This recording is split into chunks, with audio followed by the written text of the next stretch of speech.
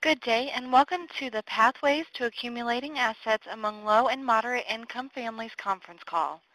Today's conference is being recorded.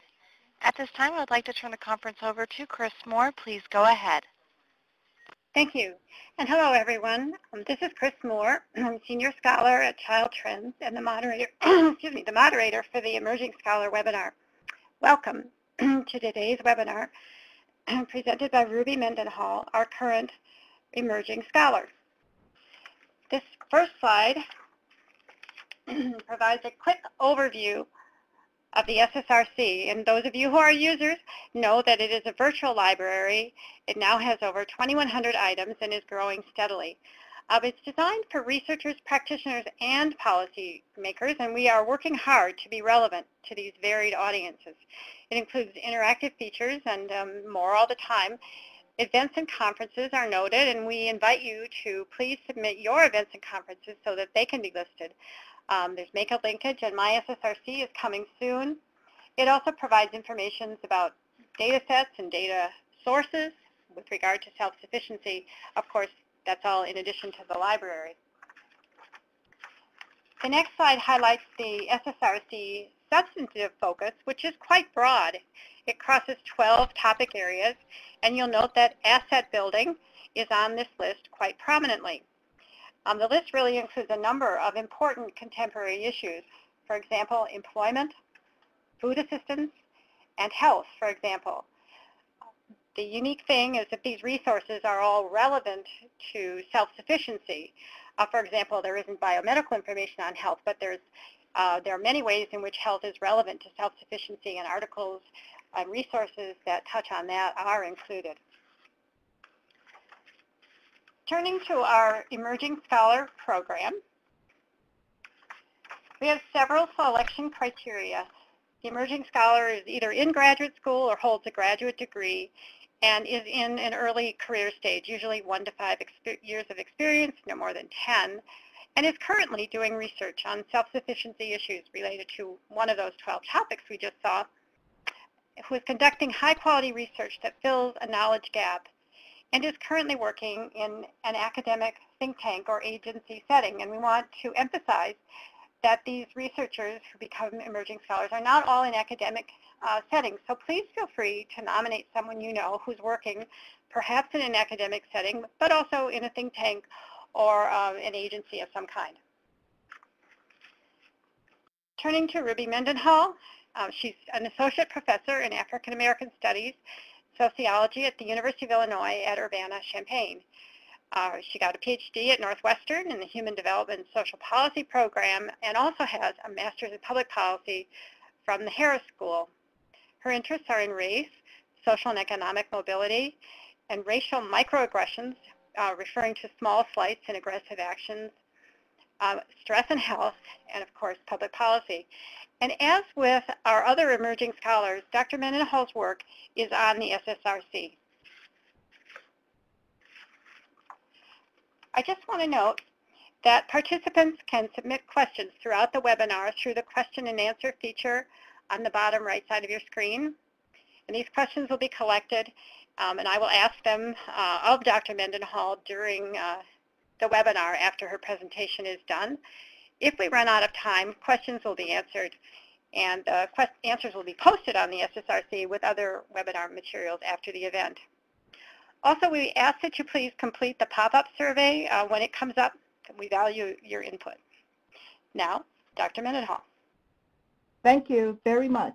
Hello, everyone. I am honored to be part of this national webinar as an Emerging Scholar. I want to thank the Self-Sufficiency Research Clearinghouse for the opportunity to present my research. I would also like to thank the Ford Foundation, which funded this study with Kathy Eden, Jeff Kling, and myself. I want to mention that the views that I express are mine and do not represent the Ford Foundation, SSRC, or Drs. Eden and Kling. Next slide.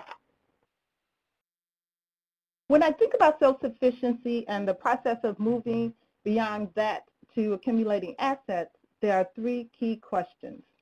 Can low and moderate income families accumulate assets, for example, savings and homes, despite limited resources and financial shocks? If so, what are the pathways to asset accumulation? And for families currently unable to accumulate assets, what do they do to begin the process? Next slide. To unpack these questions, I will first discuss what we generally believe as a nation about asset accumulation and social mobility. I will talk about the pathways that families use to accumulate assets and some precursors to that in social mobility. I will conclude with future directions for research and public policy, followed by questions from the audience. Next slide. In 1931, during the Great Depression, a historian named James Adams used the term American Dream to argue that everyone, based on their abilities, has the chance for social mobility regardless of their position at birth. This is a key ideology or belief in the U.S., and we often associate it with freedom, happiness, good wages, economic security, better education, financial success, and home ownership. President Obama recently in a speech about minimum wage discussed the implicit contract that is related to this idea when he stated, "No one who works full-time in America should have to live in poverty." And I think this idea also helps explain the bipartisan support that you see with the earned income tax credit. So it's important to note that a person's belief in the American dream may vary based on race, class, gender, religion, and other categories. And this is especially true after the Great Recession because many families, especially those of color, experienced significant decreases in wealth. Next slide. Michael Dimmock, director of the Pew Research Center Political Polling Unit, in a 2012 NPR story called American Dream Faces Harsh New Reality, stated the following: lower-income whites and lower-income African Americans are more skeptical about the American dream. Higher-income blacks are pretty optimistic about the American dream, as are higher-income whites. And when we look at the numbers, it's really only a small percentage of individuals who actually go from rags to riches. Next slide, please. The U.S. has what is called stickiness at the end. Only 4% of those raised in the bottom quintile make it to the top quintile, and just 8% of those raised in the top quintile fall to the bottom. Also, 66% of those raised at the bottom of the wealth ladder remain on the bottom two rungs, and 66% of those raised at the top rung of the wealth ladder remain on the top two rungs. And in this case, wealth is total assets minus total debts. And examples of assets include the value in your checking or savings account, real estate, stocks, vehicles, IRAs, farms, or other businesses. And also for this study, they included home equity because of the importance that it has to wealth accumulation. Next slide.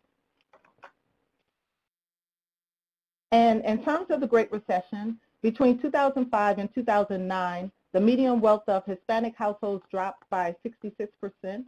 The median wealth of black households dropped by 53%, and white households' median wealth decreased by 16%. So we see that from the Great Depression to the Great Recession, low and moderate income families have struggled with self-sufficiency and asset accumulation. For many of these families, it is very challenging, if not impossible, to accumulate assets like savings and homes. Other families at this income level do manage to accumulate assets, or at least to start the process. And so in this talk, I will describe the pathways that families use and let you hear their words as they struggle, and sometimes successfully, to accumulate assets. So I won't use their real names to protect their identity. Next slide. So the findings that I will discuss are based on the following data. In January 2007, before the Great Recession hit, we visited tax preparation sites and Head Start centers in Boston and Urbana-Champaign. We conducted a total of 657 surveys and then conducted in-depth interviews with about 194 families about 6 months later. In terms of the families, 70% of the sample was single. In Boston, about a third of the sample was white, about a third was black, and another third was Latino. In Urbana-Champaign, about 58% of the sample was black and 42% was white. Next slide. So I want to give you a brief history of the Earned Income Tax Credit. which is a federal tax credit that provides low and moderate income working families with a refundable credit on their earned income. Currently, it is the second largest anti-poverty program after SNAP or food stamps. And I say that with the recent legislation, SNAP is expected to decrease in 2014, or starting in November, but especially 2014. It is estimated that almost 26 million EITC households will receive a total of $60 billion in reduced taxes and refunds in 2013. In terms of the EITC and social mobility, it actually moves individuals out of poverty. In 2011, the EITC in general listed 3.9 million children out of poverty. Next slide. In 2011, there were 2 expansions to the EITC, which listed about 500,000 people out of poverty and decreased the severity of poverty for around 10 million poor families. The first expansion decreased the financial penalties that some couples experienced when they got married. So now married couples receive bigger refunds at higher income levels.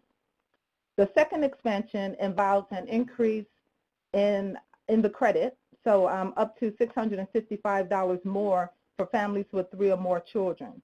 And often these large families have higher rates of poverty than families with 2 children or less, and the increase in credit helps them with their higher living costs.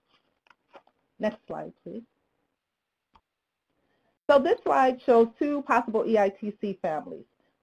It also shows the maximum credit that they could be eligible for based on earned income and the point where they are no longer eligible, EITC eligible. So for a single parent with 2 children, the maximum credit is $5,372, and they are no longer eligible when they make over $43,038. For the married couple with 3 or more children, their maximum credit is $6,044, and their income limit is $51,567.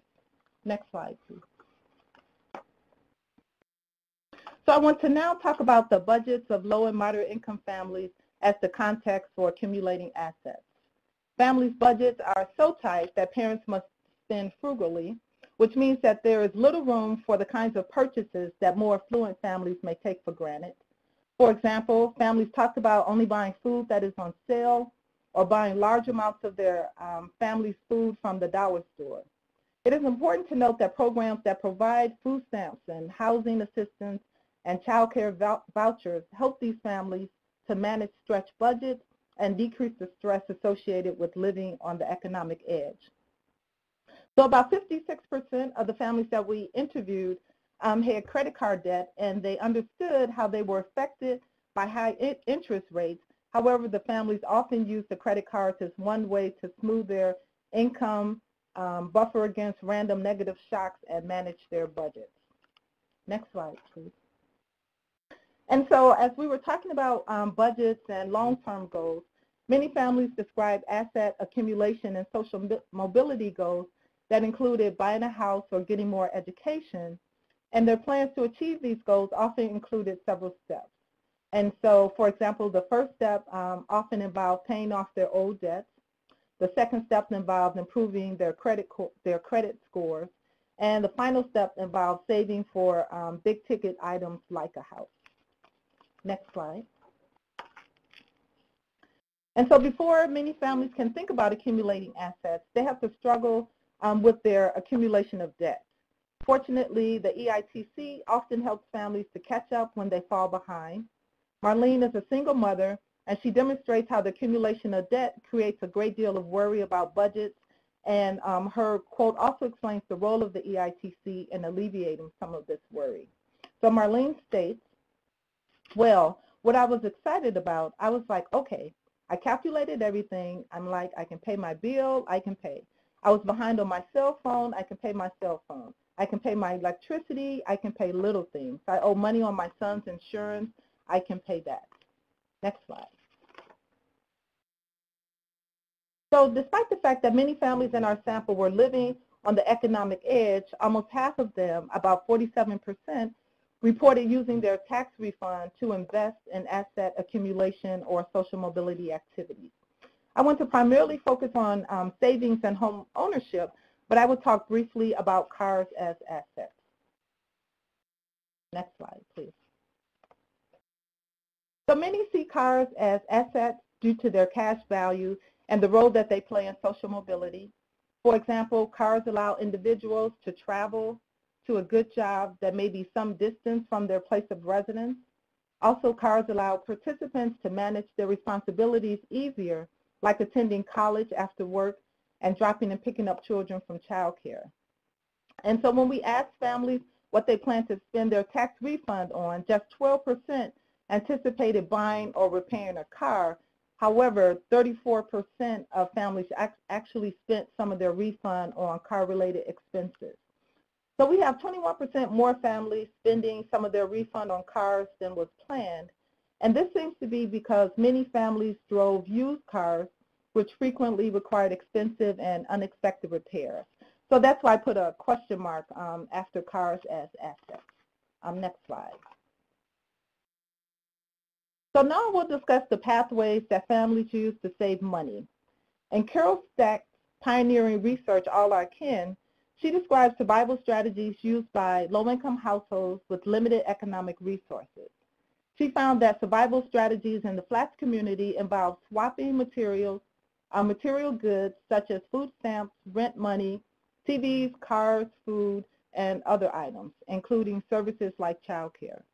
She also found that the rules were fairly strict in terms of repaying assistance. And I saw some of these same survival strategies in my research, but I argued that they also reflect economic relationships that are able to facilitate asset accumulation because the rules of repayment are more flexible or sometimes even absent. In terms of the, in terms of the pathways to savings that families use, we saw the following. In-kind gifts and services such as childcare or providing housing free or at a low cost. Families were able to get money during financial shocks without obligation of repayment, which often allowed them to maintain their savings. In terms of pathways, one participant shares the profits from a small business where she sells food and homemade juices with her family. Some of the profits help to pay her nephew's school fees. Some of the families also had a high level of financial literacy about budgets, savings, and other investments. In fact, one of the families, they held budget meetings and family members had to justify any new spending. And so, in fact, her son had to make a case for spending on a new winter coat. And another participant described how she loved watching financial shows. She's an administrative assistant at a bank, and her human resource director told her to save her raise, which was about $60 a month. Reportedly, the director told her not to get used to having the money and to invest it instead. So she put the money from her raise into 2 checking accounts, and one of the accounts has $1,300 in it, and hopefully it is still accumulating. Next slide, please. The last pathway to savings that I will discuss involves saving for a specific goal like a house or higher education. Bill is a white father who lives with his wife's brother and pays $200 in rent. He has $13,322 saved. He reported goals of maybe owning a house, saving for his daughter, and having money in case of emergencies. And so here he discusses his 10-year-old daughter's savings account. He states, so what I try to do is every week, no matter what, I try to put like 25 bucks in every single week, as long as she's alive. I don't think I missed a week. So if I have extra money, maybe I put it in there for college or whatever she needs, In 6-7 years, she's going to be needing her first vehicle or whatever. It's always good to have money. Next slide. So now I would like to talk about the pathways to home ownership that our families describe. And they include participating in first-time home buyers programs and Habitat for Humanity, using accumulated savings, using the EITC refund, and receiving support from family and friends. Next slide. So Carol is a married black mother who participated in a first-time home buyers program at the Urban League in Urbana-Champaign. And Carol is a typical example of the help provided by programs like the Urban League. She saved over $1,000 of her own money and supplemented that with additional funds borrowed from family and friends. She eventually put a total of $6,000 down on her house, with half of the money coming from the Urban League. In addition to assisting with the down payment, the Urban League also provided Carol with free legal advice about the excessive fees associated with bad loans. Another example of receiving support from family and friends involves a white Boston couple who wanted to bid on a house, and when people at their church realized that they wanted the house, they actually stopped bidding on it. So the couple was able to purchase the house for just $40,000. Next slide, please. And so Melissa is a single black mother in Boston who describes her experience with Habitat for Humanity, which is a nonprofit Christian housing ministry that provides affordable, no-interest mortgage loans. So Melissa states, we don't do like a down payment. Like when you're going to buy on the market, you just have to put money towards closing fees, and then you need to put in 200 hours, 300 hours of work. They call it sweat equity. So of those 200 hours, 150 could be like family members and friends that could help you put in the 150 sweat equity. But 150 has to be the household that have to do it. Next slide, please. So I just gave you the stories of families able to participate in asset accumulation. Some of the families in our study have budgets that are so stretched that they are just focusing on survival. However, there are other families who are taking steps towards accumulating assets and social mobility, which includes investing in higher education, planning to buy a house, and also moving to a better neighborhood. Next slide. So I argue that a precursor to social mobility is investing in higher education. About 28% of families reported attending school, and to do this, families go through great efforts to manage their busy schedules. It's almost as though they're trying to squeeze more hours into the day. So Shaw, he's a father of 3. He reported driving a cab from 4 p.m. to 4 a.m. on the weekends so that he could work, so that he could attend college on the weekdays, and he was getting an associate's in computer and electrical engineering. And then there's Brandy, who works at a nightclub because it leaves her days free to attend school. And another story that we heard is a couple, they described their routine where the husband rushes home so that his wife can immediately leave for school after she gets off work. And another important component that families talked about in terms of investing in education is that good child care provided by family, friends, neighbors, it allowed parents to concentrate on pursuing higher education without feeling that their children were suffering from their absence. And we also found that financial support for schooling came from various sources, such as federal aid, like Pell Grants, work study, and loans. It also came from the GI Bill and scholarships. Next slide, please. So Lindsay is a single black mother of 2 children in Boston. She had her daughter while she was in high school, and she described the financial support for college that she received from her high school because she was, quote unquote, a good parent. And so Lindsay states, I could have been doing so many things. I could have put her daughter off on my mother. I could have gave her up for adoption. I could have had an abortion. I could have dropped out of school, but I still do everything to make it better. So everyone always compliments me. My high school gives me awards. I got a scholarship when I graduated high school, a full-time scholarship to hair school because I was a teen parent and I did it. So everyone always compliments me, but I don't want nobody to compliment me for doing something I'm supposed to do because I'm supposed to do this. Next slide. In terms of precursors to social mobility, plans to buy a house was put into this category. 3 families had rent-to-own agreements. One family really had a hard time and felt that they were involved in a scam, but the program worked well for the other 2 families who were involved. So Carrie is a single white mother of 3 living in Champaign, Urbana, and her rent-to-own agreement was going well. She pays a total of $430 a month.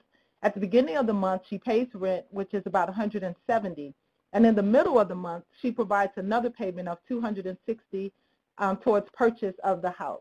And so she reported owing about $14,000 initially, but at the time of the interview, she only owed about $10,000. And she was hoping to own the house within the next 2 years. In contrast to that, Mr. and Mrs. Walsh are a black married couple living in Champaign-Urbana, and they have a challenging agreement. They saw the rental program advertised in the newspaper and decided to participate. They used about $1,600 of their $5,000 tax refund on the agreement.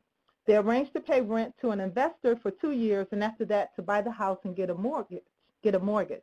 Unfortunately, the original investor pulled out of the program. Then the new investors repeatedly asked for additional money, first $2,500 and then an additional $2,600. And so they did pay the additional money, although they were angry and they felt they were being taken advantage of.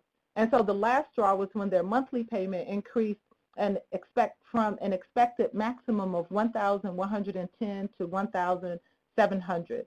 And so at the time of the interview, they were considering walking away from the deal. And so of the 22 families taking concrete steps to home ownership, 7 of them reported accumulating savings that was dedicated to purchasing a home. Other families moved to better neighborhoods where they often had access to better employment opportunities, better transportation to jobs, and better schools for their children. They also talked about feeling safer in these communities and how that allowed them to concentrate on other aspects of their lives. And so these are the stories of families that I hope have continued on their path to begin to be starting to accumulate assets and to engage in social mobility. Next slide.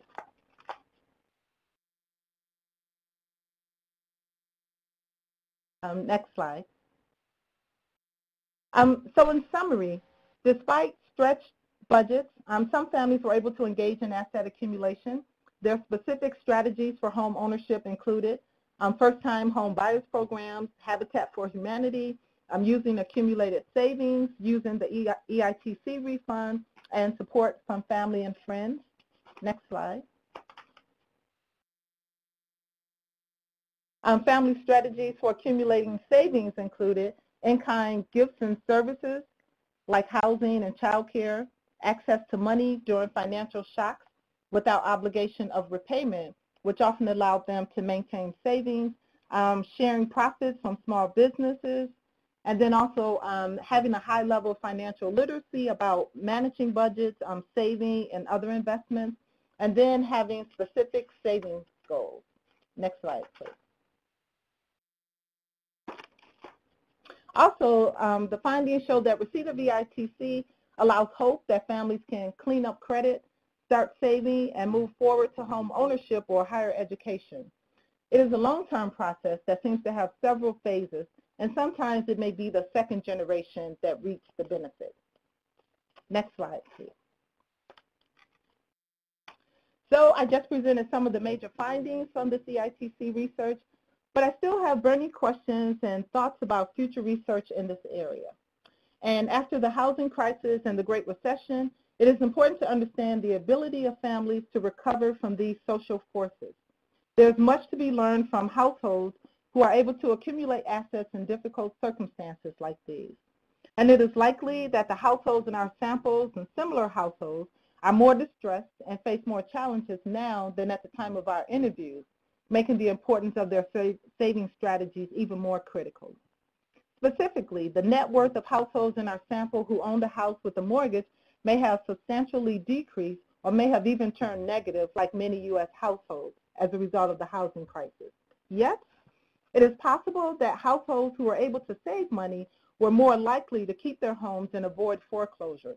However, because we collected the data in 2007, we are unable to examine the consequences of the housing crisis and the Great Recession on our respondents and their assets. The second area of future research involves looking at how some families indicated how they use the EITC as a multi-stage mobility mechanism over several years. So we need a long-term study that looks at how families use the EITC over maybe 3 to 5 years to see if they actually do get rid of debt, are able to save, and then perhaps buy a house or invest in education. It will be important to understand who these families are and the pathways that they use to achieve these goals. Next slide, please. We also need long-term studies to identify the pathways that allow some low and moderate income families to consistently save over long periods. It is important to know if families who regularly save small amounts have significant savings or nest eggs after 5 or 10 years. It will also be important to know if the second generation benefits from the savings in terms of having their parents helping them with college, a down payment on a home, or even to start a business. Next slide, please. So in April 2009, just as the Great Recession was officially coming to an end, President Obama gave a speech at George Washington University where he stated, "We must lay a new foundation for growth and prosperity, a foundation that will move us from an era of borrow and spend to one where we save and invest." My questions for stakeholders and policymakers is, how do we do this for low and moderate income families? Next slide, please. So one way to increase savings that came from the data is to increase awareness of employee mechanisms for asset accumulation, specifically the automatic savings accounts that may be available at different jobs. And so when Lucy started her job, the HR person asked her if she wanted $25 taken out of her check weekly, so that was about $100 a month. And as she was talking to her, she said that she never thought of doing that, but she agreed to have the money taken out of her check, and currently she has about $3,000 in savings. In terms of policy, I also think that it's important to support savings programs like the American Dream demonstration, which provides families with individual development accounts where the money they save is matched at rates between 1-to-1 or as much as 6-to-1. There are reports that state that individuals with the lowest income in the American Dream demonstration save proportionately more than those who earn more. I also like the intergenerational nature of the child development accounts like SEED, which stands for Savings for Education, Entrepreneurship, and Down Payment, which was created in 2003. These accounts can begin when a child is born and accumulate with interest over decades. For example, in their literature, they discussed how a $1,000 investment for 18 years at a 6% rate of return yields nearly $3,000. And if parents add 100 a year to that, the sum jumps to more than $5,000. Next slide. In terms of future policy directions, it remains critical to enforce policies designed to prevent predatory lending and other types of housing exploitation due to the key role that housing may still play as a pathway to social mobility. First-time homebuyers programs and Habitat for Humanity ensured that families did not receive predatory loans or pay excessive closing fees. Next slide. So my last comment is for many in the audience who are service providers. I was a service provider at an early Head Start program at the Onset Prevention Fund in Chicago, which was located in the then Robert Taylor Homes public housing community. Service providers are on the front line with families and can provide critical information in informal ways that help families see the forest, for example, long-term goals of saving and accumulating assets when they are dealing with the trees. For example, medical bills, credit card debt, car repairs, decreased work. I started my talk with a discussion about the American Dream. I also showed a slide of children looking at stars and dreaming big thoughts. I want to say that these low and moderate income families have dreams about their children, and they want them to have opportunities that they do not have. So again, in closing, I want to thank SSRC for allowing me to discuss these families and their pathways to asset accumulation. Next slide, please. And I would like to thank all of those who worked on this project and all of my co-authors who are listed on the EITC citation slide, which is further down. And so at this time, I would like to take questions and answers from the audience. Great. Thank you so much, Dr. Mendenhall. For those listening, you can submit questions through the webinar question and answer feature on the bottom right side of your screen. Please feel free. That was a really insightful and positive talk, so thank you so much.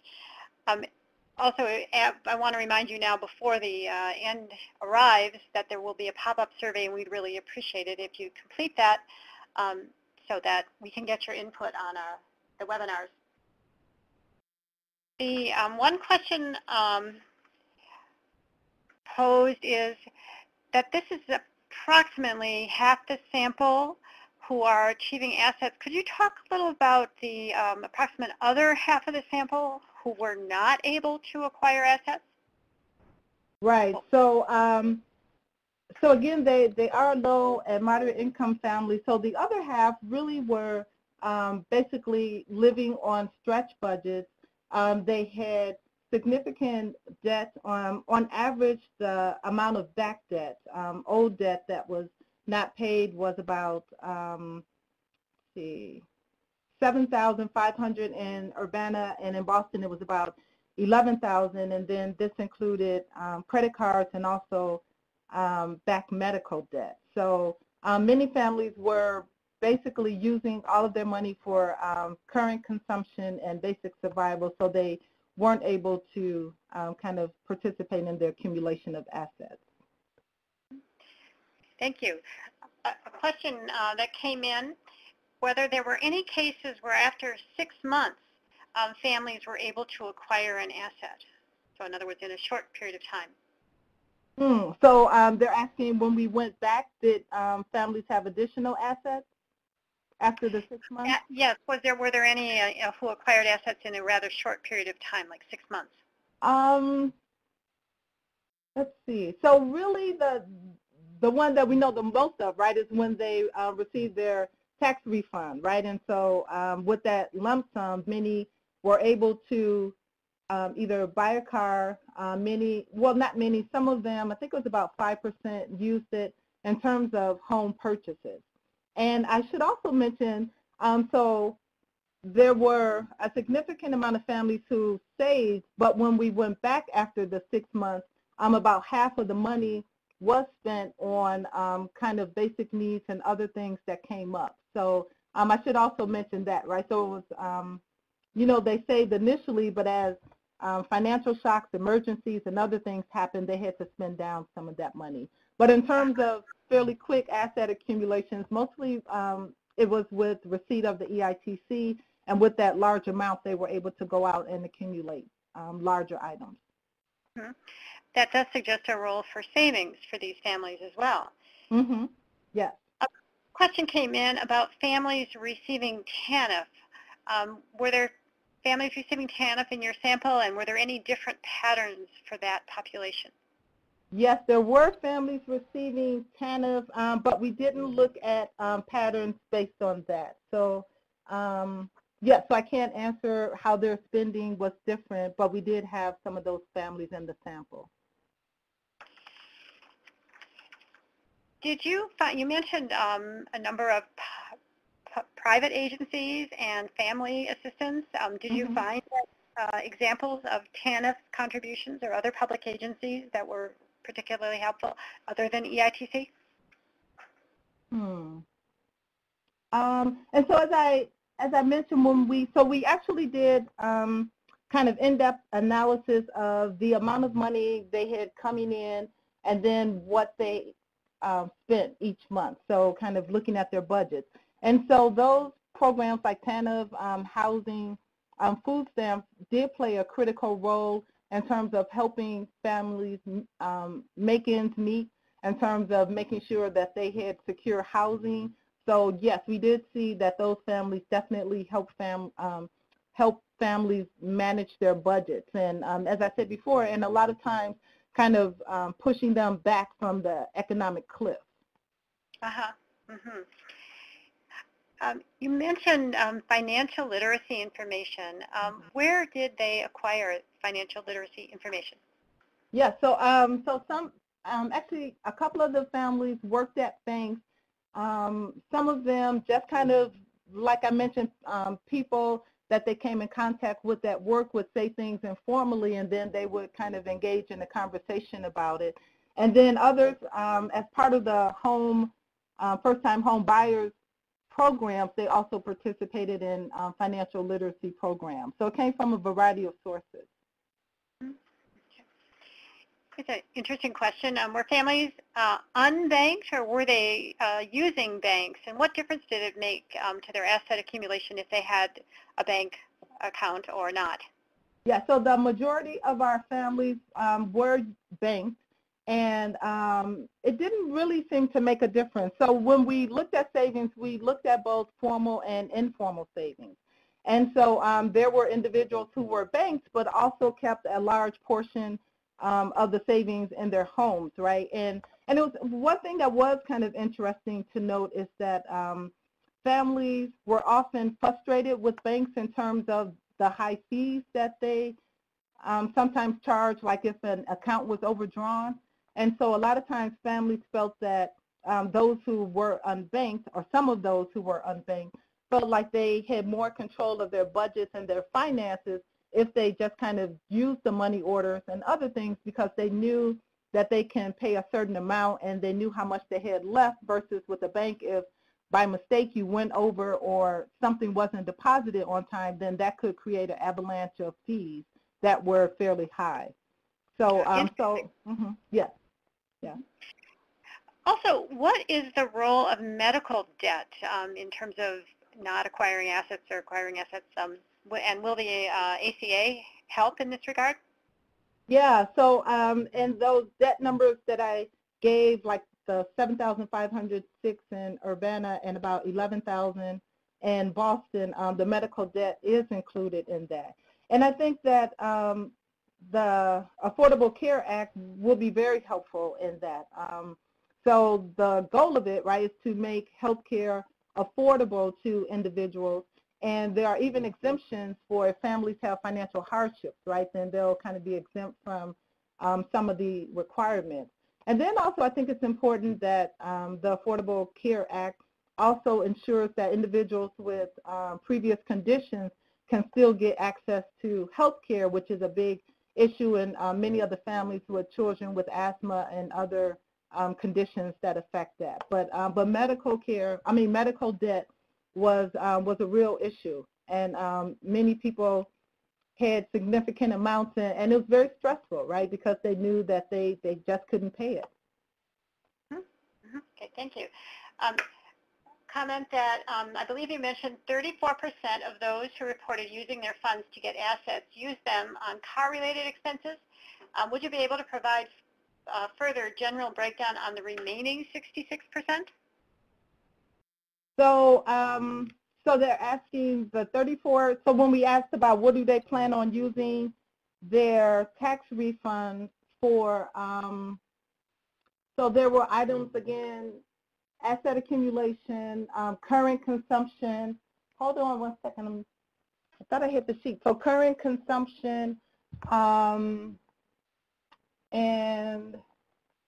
I think it was like other expenses. And if they can give an email, I can look at that and send that information later. But yes, we do have a breakdown of it. And also at the end of the slide that I'm assuming you'll post is a listing of our publication that talks about the budgets of the families, and then it's listed in that publication as well. Okay, that's good to know. And yes, the slides for everyone who has asked, those slides will be posted. Is the ability to exempt some assets a way that agencies can help families, and how? Yes, because I think that exemption of assets can really help families build up a small savings cushion, and this allows them to use it for emergencies or other unexpected events. And there is some movement towards that. I think there are about 6 states, I think, that are thinking that have already eliminated the asset limits, and Illinois had a vote about that as well. So it looks like some of the states are being more progressive and thinking about that, and realizing that that does allow them to accumulate money that cushions shocks, and then that also may make them more self-reliant. And the question came in about whether this is being recorded. It will be available in a typed form for people after they, take a little bit to produce that, but it will be available. Did you have a sense for, other than health issues, why people, and just lack of income, why people were in debt? Were there other reasons? So there was also educational debt. And again, in terms of the credit card debt, right, that a lot of families use the credit cards to kind of buffer shocks and to help them manage their budgets. So that was a part of it, just for everyday expenses, including groceries. Mm-hmm. And did that then spiral into greater debt? Is that what happened? Well, it certainly did spiral into greater debt in terms of the fees kind of piling up when you can't afford to pay the credit card bill. And so when we were there and we would ask families, so how much do you think you owe? And some of them would talk about, I have no idea because I don't open the envelope anymore, right? That it, they realize that it's, adding up and it's becoming larger and larger, but they also realize that they don't have the money to pay it. And so it was just, this event that was happening in the background that they often, didn't like to think about. Your sample included people who received EITC entirely or just partly? When they say entirely or partly, let's see. Did everyone in the sample receive EITC, is my understanding? Yes, yes, yeah. And sometimes they may have also received other things, the child care credit and other, services or, yeah. And do you have any sense for whether this was then an advantaged population, what asset accumulation might look like in a less advantaged population? Not that they're advantaged, but advantaged population. Well, yeah, I guess I would think about those who were struggling. And I remember one woman saying, so one person was saying, I can only afford to kind of save pennies, and then another person was saying I can't even afford to save my pennies. And so I think as you work with families who may really be on the economic edge, even in a more severe manner, that I think that they still can save, right? There are examples of that, but the amount just may be less. And so that's why on one slide I kind of had coins kind of going into the piggy bank and then bills. So I think kind of the practice of saving can occur on with any income level, right? It just depends how much, and we saw that in the sample where those who really were stretched were still managing to save, even if they were small amounts. And that's, again, when I talked about future research, I'm very interested to see what those small amounts look like after 5 years and 10 years. So, so I think even with a more distressed sample that you can still see savings behavior, the amount just may be significantly smaller. And let me go back and answer the question about what were some of the other percentages. So current consumption, which we looked at, like family spending money on shopping, groceries, child expenses, furniture, appliances, it was almost like 92% spent some of the EITC on current consumption. And then again, the other big category was bills and debt, and that was about 87% of the families. And so again, on this information is in the article, The Role of the Earned Income Tax Credit in the Budgets of Low-Income Households, and the table I'm reading from is on page 388. Which is on the SSRC library, right? Yes. A question about the sample, the Head Start sample. Were there differences between participants recruited at the Head Start program versus those recruited elsewhere? Good question. We did not look at, I don't think we looked at that. And I'm trying to think differences that may, I think that there may have been differences in terms of that they didn't go to tax preparation sites, I think, to file their taxes, that most of them tended to do it themselves or to have family or friends or other people file their taxes. I think that was like one difference that we noted. Mm-hmm. Presumably they have young children and are younger parents themselves, whether that would make a difference? Mm-hmm. Yes, possibly, yes. I have a question about family dynamics. Some of this assistance and in-kind and financial both comes from families. And did you observe patterns of reciprocation or sponging, negative repercussions, positive repercussions? Yeah. So kind of in the paper we're writing, we kind of talk about this tension, right, between the individual and the group, and that some of the individuals may have been struggling, but even in their struggles, they would still give to individuals in their family. And so one person talked about giving to his mother, and he said, but that's my mother, right? When she needs it, I'm going to give it to her. And then there was another case when one of the women was receiving help from her father and her sister, but then she was also giving help to her mother, right? So sometimes the interactions were complicated. And I didn't really see any kind of sponging, as the person said. There was an instance when there was a young woman who was living with her parents, and she made an agreement to pay them, I think it was about $200 a month. But if she didn't have the amount, then the parents really didn't make a big deal. The understanding was that when she had the money that she would give it.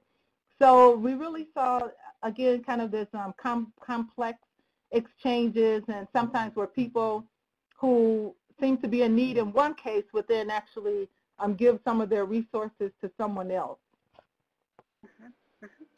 And then I should mention with the family that had the family business, it was really interesting. Their case was interesting because the profits that came in would be divided up based on who had the most need. And so sometimes individuals in the group may not get some of the profits after they went and sold products if there was someone in the group who needed the money more. And the person was okay with that because they felt confident that when the time came and they were in need, that they would be able to take advantage of it. Are you aware of studies that compare these asset building processes in lower income families with asset building in more advantaged families? No, I am not. But that's a good area for future research, right? There may be some studies out there, but I'm not aware of them. Okay. For our audience, if there are any more questions, if you could submit them right now. We are nearing the end of our time slot, and right now I don't have any more questions. And I'll just add that the Brookings Institution has interactive data on a website from EITC families from 1997 to 2010 for those who would like to do more research. And can I put a plug for any graduate students who are interested in studying this area? There's still lots of data that we have, and so you can email me as well if you're interested in that. Oh, thank you. Very generous. And if you have follow-up questions, please feel free to submit them. As I mentioned at the beginning, we will, well, Dr. Mendenhall will answer them subsequent to the webinar, and they will be posted along with the talk and the slides. So I want to thank Dr. Mendenhall for a very interesting presentation and for answering all of these questions as well. And thanks to all of you who joined us today. Be well. Bye-bye. This does conclude today's